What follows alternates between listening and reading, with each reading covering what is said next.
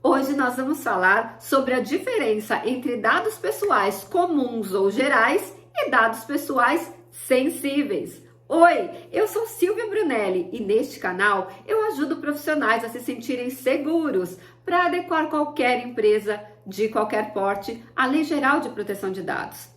Quer aprender mais sobre a Lei Geral de Proteção de Dados todos os dias? Então se inscreve aqui no meu canal, deixa seu like e aperta o sininho das notificações para não perder nenhum conteúdo diário. Sim, aqui a gente fala sobre a LGPD todos os dias.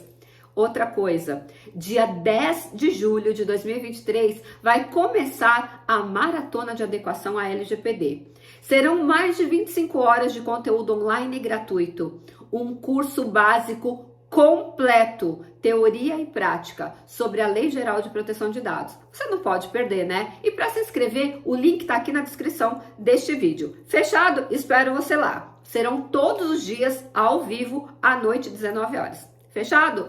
Bora lá para o conteúdo de hoje, gente! Qual é a diferença entre dado pessoal comum ou geral e dado pessoal sensível? Primeiro vamos dar um pulinho lá, por que dado comum ou geral? Porque nós sempre denominamos os dados pessoais, lá do artigo 5º, inciso 1, como dados pessoais comuns.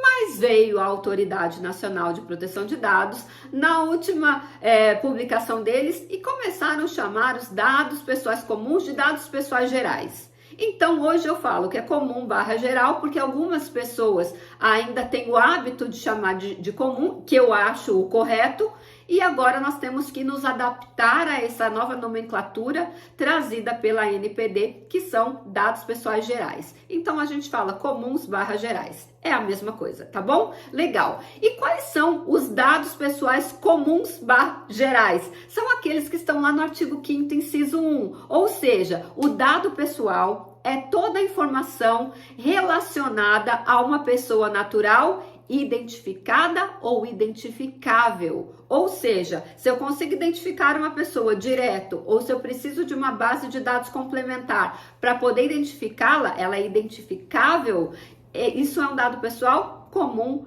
/ geral. Detalhe importante, quando você fala em dado pessoal, é uma pessoa natural. Infelizmente, a LGPD ela tem um gap. Silvia, o que é um gap? Um gap é uma falha. A LGPD esqueceu dos dados dos mortos. Sim, os dados dos mortos são tratados também, tanto quanto os nossos, nós que somos considerados pessoas naturais, ou seja, pessoas que estamos vivas. Porque imagina só, uma pessoa faleceu, né? Morreu. Eu trato o dado dela, Silvia? Trato. Faleceu, tem que ser feito uma certidão lá no hospital identificando quem é o médico que certificou aquela morte e a causa da morte, a data da morte, o horário da morte, tudo direitinho. Isso já é um tratamento de dados porque a pessoa já morreu de um morto. Depois, essa certidão vai se transformar na certidão de óbito, que vai ser registrada lá no cartório de registro de pessoas naturais. Então, com essa certidão do hospital, do médico que certificou, com esse certificado, né, a certificação da morte, gera-se o documento de óbito, a certidão de óbito, que é um outro tratamento. Fora isso, todos os órgãos públicos serão avisados. Até o pessoal fala, o CPF foi cancelado. Exatamente, o CPF é cancelado, o RG é cancelado, as contas bancárias são canceladas, ou seja, todos os órgãos, todas as instituições bancárias serão informadas que aquela pessoa não está mais viva. Isso tudo é tratamento de dados pessoais. Você ainda tem o tratamento do dado pessoal na empresa funerária, no cemitério, numa missa de corpo presente ou de sétimo dia, né, nas pessoas que têm a religião católica. Fora isso, se essa pessoa deixou bens, ainda terá o inventário judicial ou extrajudicial. Olha quanto que o dado do morto será tratado. E está sem proteção da Lei Geral de Proteção de Dados. Eu acho que é uma falha da lei, deveria ter sim, porque é um dado que é muito tratado. Ah, mas o morto não tem direito. E se fazem algo com esses dados que não deveriam ser feitos? Não é mesmo? Então, eu acho que sim, essa é uma falha da Lei Geral de Proteção de Dados. O que você acha? Escreve aqui para mim nos comentários que eu quero saber. Mas, voltando aqui, e os dados sensíveis, Silvia? Os dados sensíveis estão lá no artigo 5º, inciso 2 da LGPD. E eu vou pedir licença aqui para vocês para lerem, tá? Vamos lá, tá escrito assim, ó. Dado pessoal sensível é o dado pessoal de origem racial ou étnica, convicção religiosa, opinião política, filiação a sindicato ou a organização de caráter religioso, filosófico ou político, dado referente à saúde ou à vida sexual, dado genético ou biométrico, quando vinculado a uma pessoa natural. Olha quantas coisas são consideradas dados sensíveis.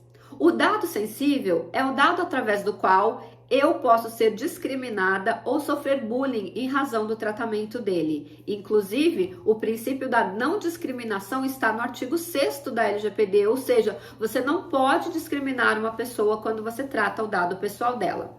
Mas, por exemplo, aqui nesse meu cenário, o que você identifica, por exemplo, de dado pessoal sensível? Olha, você tem aqui um quadro com a coroa de Cristo. Isso diz o quê? Que eu posso ser cristã? Sim, eu sou cristã. E esse é um dado pessoal sensível. E alguma pessoa que eventualmente não goste de um cristão pode não querer mais assistir os meus conteúdos por causa disso e tá tudo bem. Então, o dado pessoal sensível é aquele dado pelo qual a pessoa pode deixar de gostar de mim, deixar de me seguir, nem querer ouvir o que eu tenho a ensinar por causa da minha informação de um dado sensível, que é uma convicção religiosa.